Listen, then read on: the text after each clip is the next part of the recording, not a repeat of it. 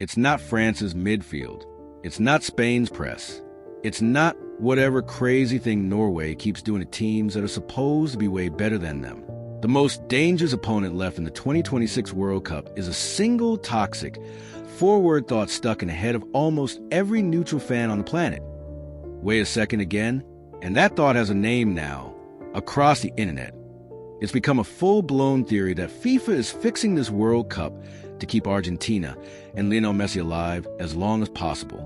Today, I've got some new information to share with you guys, because once you start connecting the dots, it's honestly kind of insane. Let's start with a madness finally boiled over. Atlanta, round of 16, Argentina against Egypt. Egypt was winning 2-0, and deep into the second half, they looked completely comfortable, right until they didn't. Argentina scored 3 goals at the very end.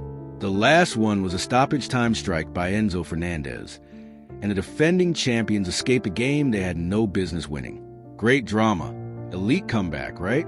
Except that's not what the internet spent the next 72 hours talking about. What everyone talked about was a disallowed Egyptian goal. Mostafa Ziko put the ball in the net, but it was taken off the board after a VAR review found a foul somewhere way back in the build-up. Then, Egypt went down looking for a late penalty when Hamdi Fadi hit the deck, but the whistle stayed silent. Moments later, Argentina scored the winner. Egypt's coach, Hossam Hassan, came out afterward and said his team suffered an unjust defeat, pointing out that marketing support helped keep Argentina and Messi in the tournament. Their captain, Mohamed Salah, questioned the officiating.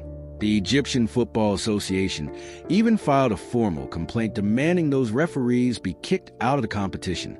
And then, because 2026 is a deeply strange year, the mayor of New York City stood up at a public transit event, was talking about how fast the buses give people more time with friends, and casually dropped the line, "Egypt was robbed yesterday," to a room full of applause.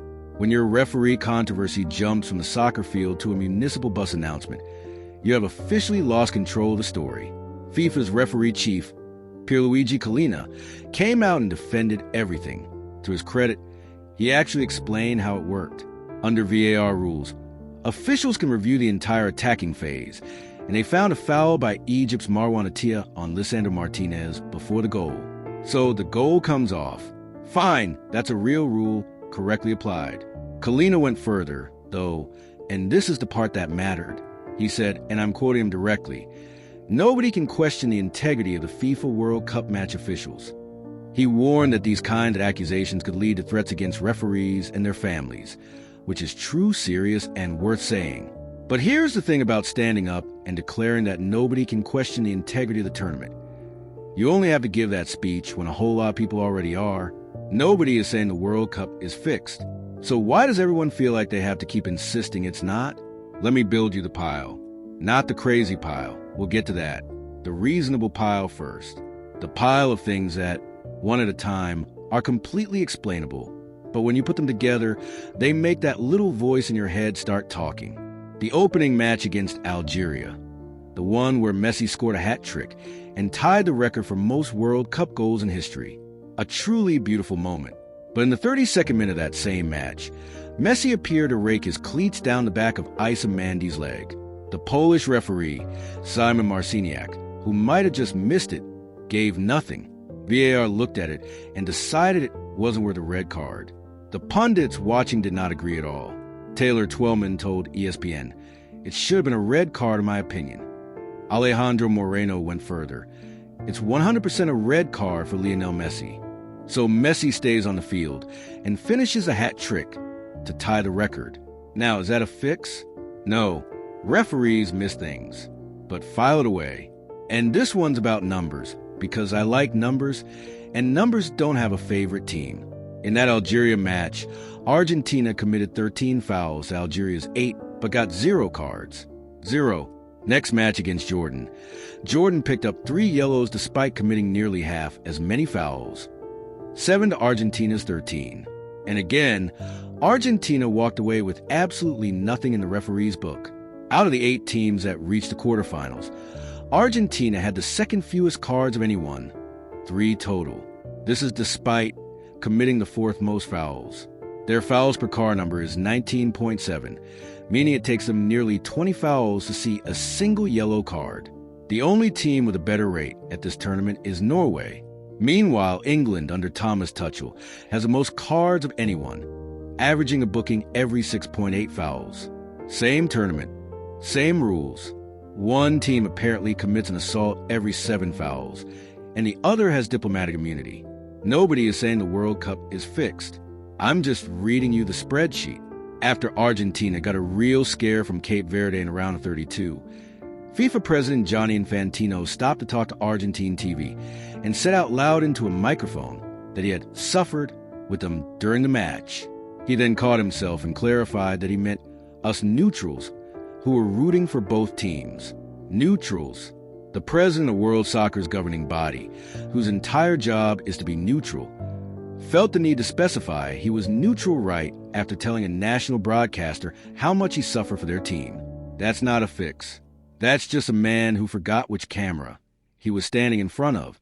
But it's a bad look, and bad looks are the whole game here. And this is the one that broke the internet's brain. FIFA announced a referee crew for France's quarterfinal against Morocco, and they named all 5 on-field officials from Argentina, every single one, for a match involving France. France, who is widely considered the single biggest obstacle standing between Messi and back-to-back World Cups. France, who has reached the last 2 finals. The announcement went up on X and got more than 32 million views. Helped big time by the fact that FIFA posted it at almost the exact moment the controversial Argentina-Egypt game was happening. You could not script the timing more perfectly if you were trying to make people suspicious. An entire referee crew from the country that half the planet thinks is being protected, assigned to the match of the country most likely to end their run. Nobody is saying the World Cup is fixed. FIFA is just apparently determined to make that sentence as hard as possible to say with a straight face. And we have to go back before a single ball was kicked. The draw. Back in November, FIFA confirmed that the defending champions Argentina, Euro 2024 winner Spain, plus France and England would be seeded and kept apart, unable to meet before the semifinals if they won their groups. Argentina ended up in a group they were expected to cruise through, which in turn set up a comfortable-looking round of 32 matchup against teams like Uruguay, Saudi Arabia, or Cape Verde. Now, seeding is normal. Every tournament does it. But the result was that powerhouses like France, Spain, England, and Belgium kept getting funneled into brutal knockout matches against each other, while the defending champions seemed to glide down a much softer path. Fans will tell you correctly that you can only beat the team in front of you, and Argentina has beaten everyone in front of them. That is a totally fair point, and I'm putting it on the record, but perception doesn't care about your fair point. And then there's the ghost hanging over all of this, which is Qatar, because this didn't start in 2026. In their 2022 title run, Argentina was awarded 5 penalties, the most any single team has ever received in a World Cup. 5. Supporters said every single one was earned. Critics said 5 is a number that needs an explanation. And more than a year after that final, Louis van Gaal, whose Netherlands team lost Argentina in a bitter quarterfinal on penalties, went on Dutch TV, talking about how the goals happened and how certain Argentina players crossed the line but weren't punished. He said, "Then I think it was all premeditated." Asked directly if he meant Messi was supposed to become world champion, Van Gaal answered, "I think so, yes." No evidence has ever come out to support that. I want to be very clear. No evidence. It's the paranoia of a manager who lost a game he thought he should have won, but it stuck because it landed on soil that was already fertilized. So, that's the reasonable pile. Now, the trust problem gets worse because Argentina isn't even the only thing ruining the tournament's credibility from the inside. Right in the middle of all this, FIFA managed to plunge the whole competition into a full-blown integrity crisis over a completely different player. Fuller and Balogun, the U.S. striker, got a straight red card in the round of 32 against Bosnia for a challenge on Tarek Muvramovic. A red card carries an automatic one-match ban. That is not a suggestion. It is written into the rules. And then, FIFA announced a ban was suspended, putting him on probation for a year under Article 27 of the Disciplinary Code, freeing Balogun to play against Belgium. Why? FIFA has still never publicly explained the reasoning. What we do know is that President Donald Trump confirmed he had personally called Infantino to ask for a review, telling reporters, "I asked for a review because I did not think it was a foul," and calling the original decision horrible. FIFA insists the phone call played no part. Sure, here's why that one exploded. UEFA, an actual governing body, not an internet message board, said FIFA had crossed a red line, pointing out that an automatic suspension after a red card is not optional. Belgium's federation said they were astonished and demanded to know what rule had even been used. And then the consistency argument arrived to finish the job. England's Jarell Quansah was sent off against Mexico for a cleats-up challenge that a review called serious foul play, and FIFA gave him a 2-match ban that England said they couldn't even appeal. 2 similar-looking challenges, 2 red cards. One player gets a probationary pass after a call from the White House. The other gets his punishment doubled. Former FIFA referee Jonas Eriksson, who spent 16 years officiating, put it simply, fans want correct decisions, but what's always more important is consistency. Another former official, Keith Hackett, was even blunter, writing that FIFA allowed outside interference by the president. When your own former referees can't make sense of your rulings publicly, the phrase, "Nobody is saying the World Cup is fixed," starts to sound less like a fact and more like a plea. And it's not just one bad night, either. This tournament has been drowning in referee drama since the opening game, when 3 red cards were handed out in Mexico's win over South Africa. A Somali referee, Omar Abdulkader Arden, was turned back at the U.S. border 5 days before the tournament even started. Referee assignments have raised eyebrows across the board.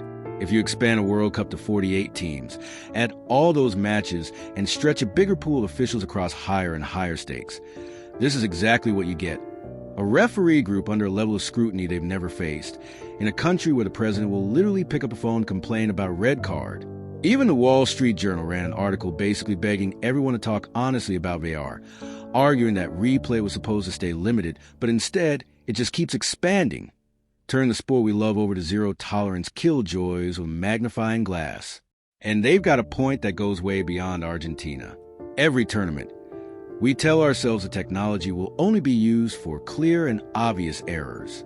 And every tournament, it creeps a little further until a striker's shoulder is offside by the width of a shoelace, and a goal that made a whole stadium explode gets erased by a graphic that looks like physics homework. That's not fairness, that's forensics. When major business newspapers are writing that your replay technology is ruining the entertainment, the trust hasn't just eroded, it's gone. Now, I promise you a water bottle, and I promise you 1978. So, let me take you all the way down into the crazy pile, the historical basement where the paranoia was actually born in the first place, because this is the part that explains why people are so ready to believe the worst. In 1978, Argentina hosted the World Cup under military dictatorship run by Jorge Rafael Videla. In a format where the second group stage decided who went to final, Argentina went into their last match needing to beat Peru by 4 clear goals to make it. They won 6-0. Immediately, and proven rumors of a fix started flying. And those rumors got a lot louder in 2012 when a Peruvian senator, Genaro Ledesma, testified in a Buenos Aires court that a deal had been made between Videla and Peru's president. He alleged it involved Peruvian political prisoners being shipped off to Argentine prisons because Videla needed the World Cup to clean up Argentina's image abroad. It's unproven, but it's the kind of story that never fully goes away. Fast forward to 1990. Argentina, the defending champions, meet Brazil in the round of 16. During the match, Brazil's Branco drinks from a water bottle handed to him by an Argentine trainer, and afterward, he says he felt dizzy. Claudio Caniggia scores the winner. Years later, Argentina's 1990 coach, Carlos Bilardo, was asked about the notorious spiked water bottle story, and he gave the most damning non-denial in soccer history, saying, "I'm not saying it didn't happen." Brazil's federation said they would send a file to FIFA.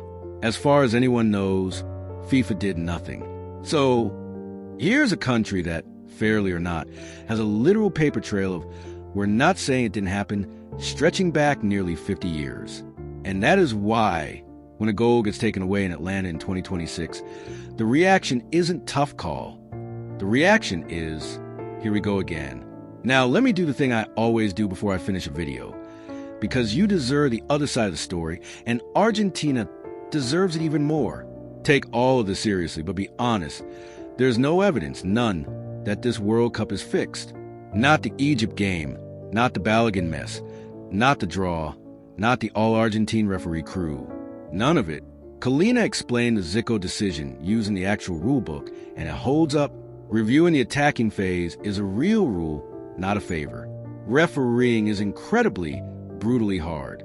And the same expansion that stretched the officials thin also gave us more matches, more camera angles, more slow motion, and more chances to freeze a frame and see a foul that a human being at full speed could never catch. And here's the part that nobody arguing about penalties wants to admit. Argentina doesn't need any of this. Messi, Lautaro Martinez, Enzo Fernandez. This is a squad that beats anyone on earth strictly on talent. They won in Qatar as the best team in the tournament, and they earned their place in 2026 through results, not through some shady, smoky room. When your explanation for a Messi hat trick is a conspiracy theory, you might just be refusing to admit that you just watched one of the greatest players to ever live be great. That's the fair perspective, and it's real. So here's where it lands. The problem was never whether any single call was right. Referees can be wrong, and the tournament survives. Sports don't need perfect officiating. They need believable officiating. Fans will forgive a missed call. What they won't forgive is the suspicion that the game was never being called the same way for everyone in the first place. And FIFA, through a president who suffered with Argentina on live TV, an all-Argentine referee crew posted right during a controversy, a red card quietly wiped away after a White House phone call, and total silence about why, has managed to burn the kind of trust money can't buy back. Argentina might lift this trophy having truly been the best team in the world, and a huge chunk of the planet will still put an asterisk next to it. Not because Argentina cheated, but because FIFA made honesty impossible to prove. That's the real tragedy. The champions might have earned everything, and no one will ever be allowed to be sure. Nobody is saying the World Cup is fixed, but FIFA has built a tournament where that sentence no longer sounds like a fact. It sounds like a hope. All right, your turn. I actually want to hear your thoughts on this one. Reasonable pile or crazy pile? Where does the Egypt call go for you? And is Argentina getting protected, or are they just really good? Let me know down in the comments and hit that subscribe button so you don't miss any World Cup news.